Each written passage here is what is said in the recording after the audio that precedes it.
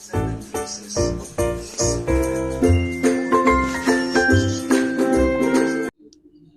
po and welcome back sa aking YouTube channel. Ngayon po ay susubukan nating idiretso ang hindi pantay na paa ng pork na to.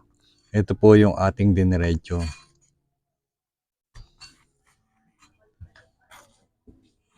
Titignan po natin kung gaano siya kabaliko. Kumuha lang po kayo ng ganitong stick. Basta po pantay siya, ididikit po natin siya rito sa part na itaas na pantay. Gaganyan po natin siya. Ayan po. Yan po, makikita nyo na ngayon sa dulo kung gaano siya yung diferensya nila.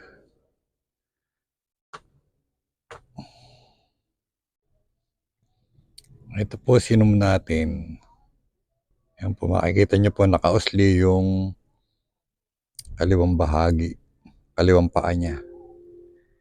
Yan po.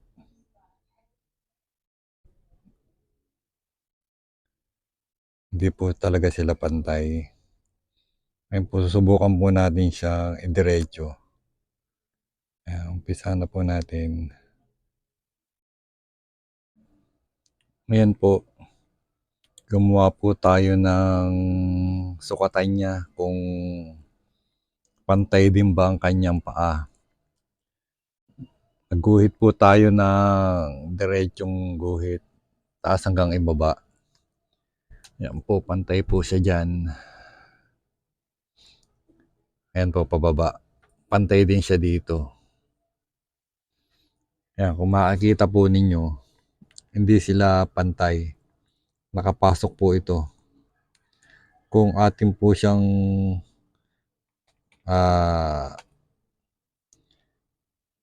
susukatin, hindi po siya pantay. Ayan po.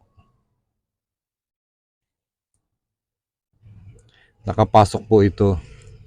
Kaya po ilalabas natin siya ng konti. Ayan po. Karton lang po ito.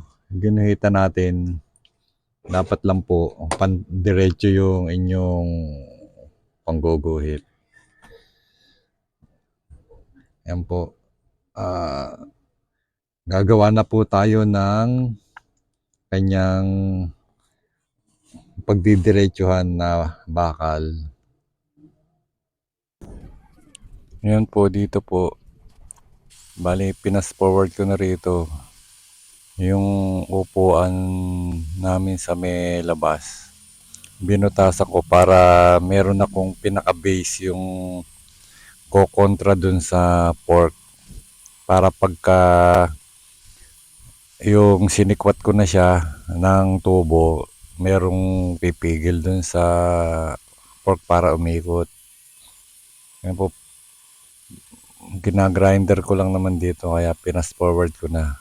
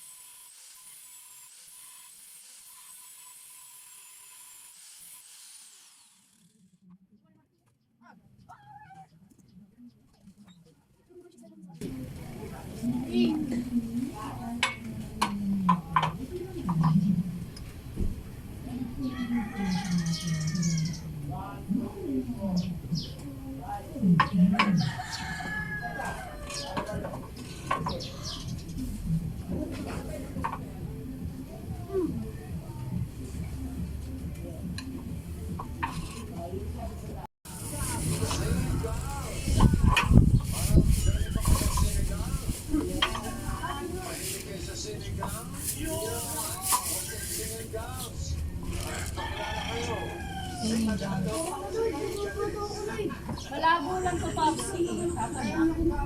Kasi alam mo ng wax.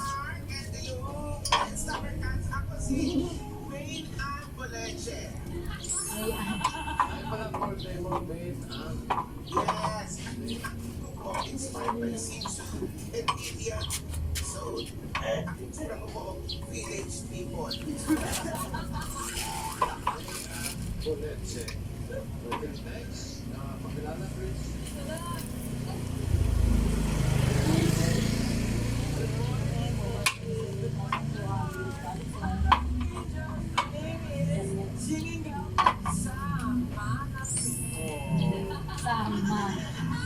Sama. Ayan po, ngayon susubukan nating pagpantayin itong ibaba ng fork. Ito lang po mga kailangan natin. 3 tornilyo, saka po yung pamihit. Ito po ay ilalagay natin dito sa gitna.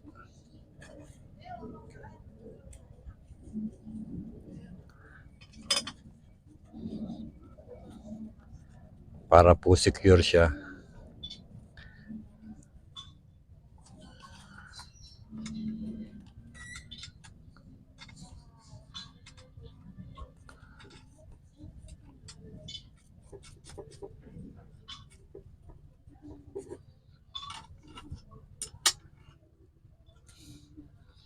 Mas po, pipihitin na natin siya.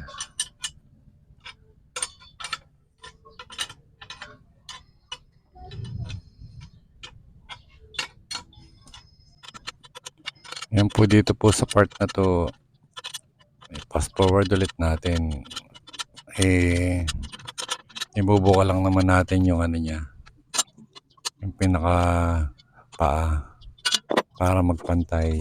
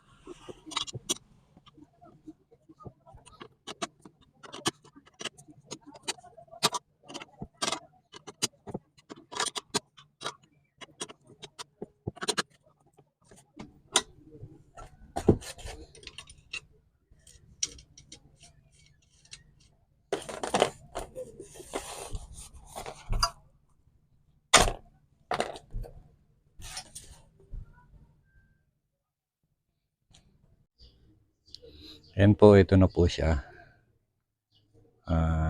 Testing po natin. Lalagay natin siya dito sa ating 700C na wheel set.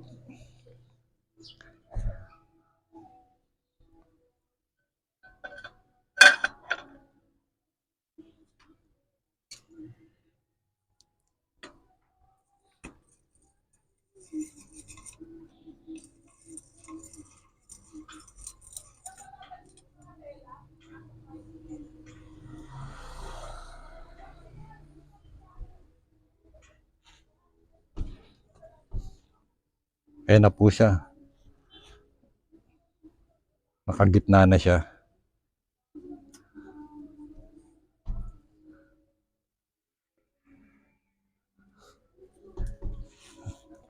Sa mga susunod na vlog po natin, kakabit natin to sa frame na siguro sa pan 29er. Kakabit natin siya para matesting. Pero ayan po, diretso na siya. Pwede nang gamitin. Ayan po ang ating pork na budget meal na nabili ko ng 400 pesos kahit may issue. Ayan po yung tama ng pukpok, di naman po siya malalim. Ayan po. Ayan po, hanggang dito na lang po ang ating video sa pork na to. Abangan nyo na lang po yung pag-build natin ng pork na to. Sasama po natin siya sa frame. Sige po, salamat po at hanggang sa susunod na video.